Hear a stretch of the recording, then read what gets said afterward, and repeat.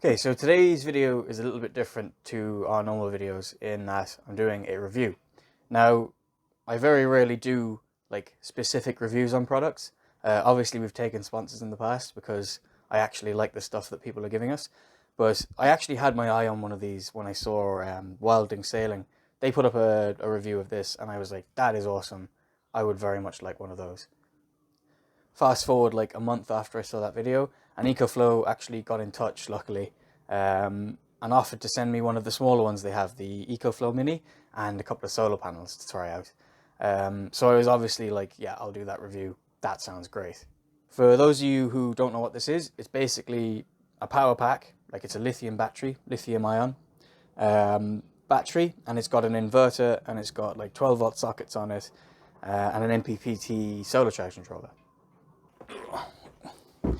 So it's charged in several different ways. Solar, you can charge it off like 12-volt sockets as well if you were driving in a car, and you can charge it off mains in as well. Now this is the UK version or the Irish version, so it uses the 3-pin plugs of a UK plug. So there's obviously a US version, and there's the EU or the European version with the 2 pins as well. So we'll just go through a few of the features of it and turn it on. On the front, you have how many hours are left on the current, say, output that you're using. So if you plug something in to the USB sockets or onto the 3 pins at the back, the 240 volts, it'll give you an estimate as to how long you'll have left using that device. There's a percentage of what's left in the battery, and then there's watts coming in and watts going out. So if you had a solar panel plugged in, it'll tell you how many watts are coming in. We'll plug one in a minute and I'll show you, even though there's no sun today, which is like typical. And then it'll show you the output. So if we plug something in, and I can show you how it works. So we'll take my drone, for example. Now I use this quite a lot for shooting footage for YouTube. It gives you a really nice perspective on where you are and all of the different cool things that you don't see normally. And if I plug it in, we'll show you the 12-volt side first. So on the front, you've got USB-C, 2 normal USB-As, and then a fast charge USB-A as well.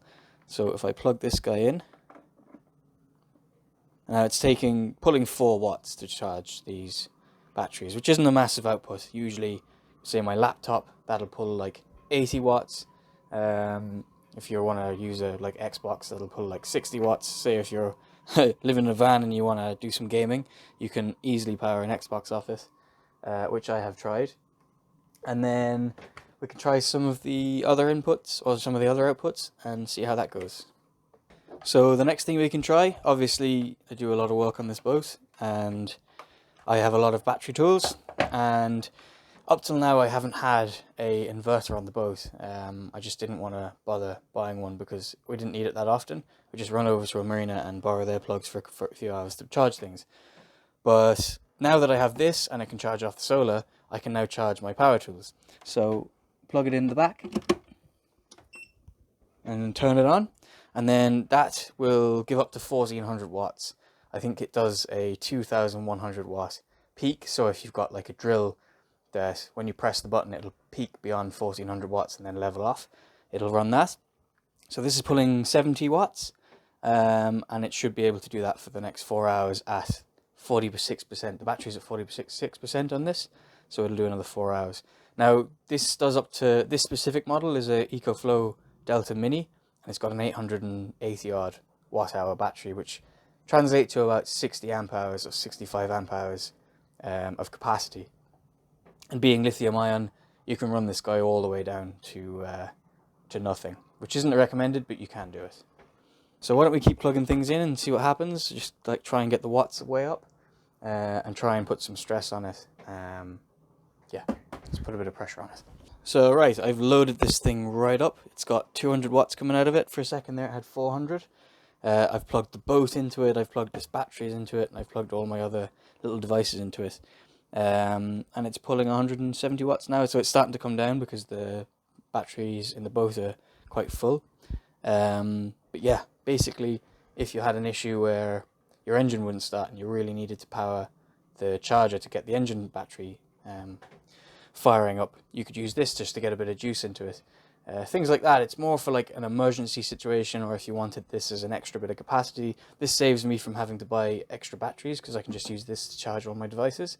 It's got its own solar panel, so that's now brought our solar capacity from 320 watts, and it's added 220 extra watts onto that. So yeah, we'll have a look at the solar panel. Overall, I think the build quality on this is really nice. Yeah, I really like it, and I'm really happy with it. So we've gone through the unit itself, and I will show you a bit more on that in a little while. But I want to go through the solar panel next. Now this is a key part of it because, you know, without the actual off-grid charging system itself, i.e. the solar panel, you're not going to get much use out of it off-grid unless you charge it up and take it with you for a day or so. So for me, this is really important because without this, I'd have to charge it up on a marina, which makes no sense. So let's have a look at the solar panel. It comes in a case, which is a little bit premium for me. It's very fancy. I like it. And I'm not a fancy individual. We'll unzip it. It's kind of like a cloth, which might get dirty easily, but that aside, it's really nice. Now, I think this case actually doubles as like a stand, so you can actually stand the panels up in it. So we'll try that. And this is the panel itself. It comes in the same like cloth kind of finish. This is the 110 watt solar panel. There's another one coming, I've been told.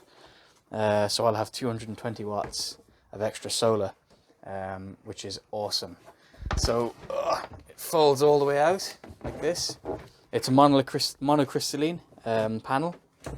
And it's got a nice texture on it as well. So if you stand on it, you probably won't slip.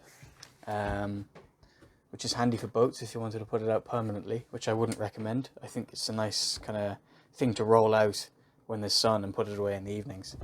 But yeah, let's put it outside, plug it into the unit and see how many watts we get. It's very overcast, so I'd be very surprised if we get more than like 30 watts today. And there's just no sun at all, which is unusual for Portugal. So it comes with standard MC4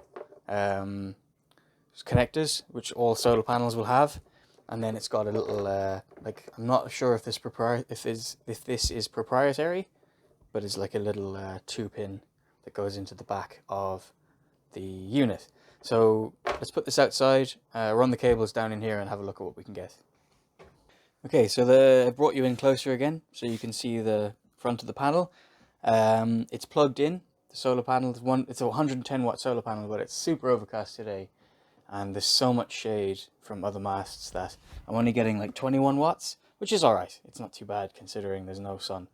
So if I wanted to leave this on for the day, 21 watts isn't a lot, but it'll trickle charge the unit. If I have two panels on it, obviously that's 40 watts or even more. If we're at anchor and it's really sunny, we should be able to start seeing like 150 to 200 watts coming out of the panels if you angle them correctly. But right now, not ideal conditions, we're only seeing 20 watts, which is fine. And that's like, you know, that just is how solar is. If you know sun, you can't generate power. And that's one of the main problems we have on board, and that's why it's nice to have a little bit of extra capacity. If we get a few days of overcast weather, at least this will buffer us a little bit and be able to charge some of our devices and keep the boat going. So that's pretty much it. I don't know if you have any questions about the unit, and I know people aren't a big fan of reviews, but these reviews do help us keep moving. It keeps the boat up to date with products like this, and yeah, I appreciate you watching if you've watched all the way to the end. So there's a link in the description below to where you can find these, including all the prices. Prices are regional, so I'm not going to mention prices.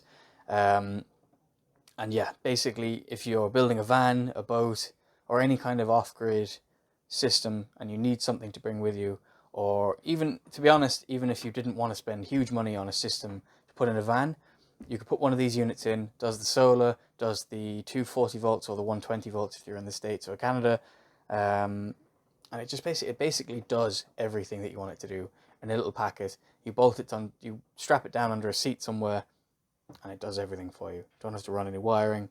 It's all done. So yeah, let me know what you think in the comments, and yeah, let me know if you want me to do more reviews on things, and I'll start taking more reviews. We get offered reviews a lot, and I always turn them down because I don't want loads of stuff in the boat that I don't need. Whereas one of this is actually something I will use and something I wanted. So yeah, our next episode's coming up soon. We're left the boat for Christmas. Obviously, I'm on the boat right now shooting this, but by the time you see it, I'll be back in Ireland, and then we'll be coming back next year to get the next season started, where we go down to the Canaries and across to the Caribbean. So, see you next time.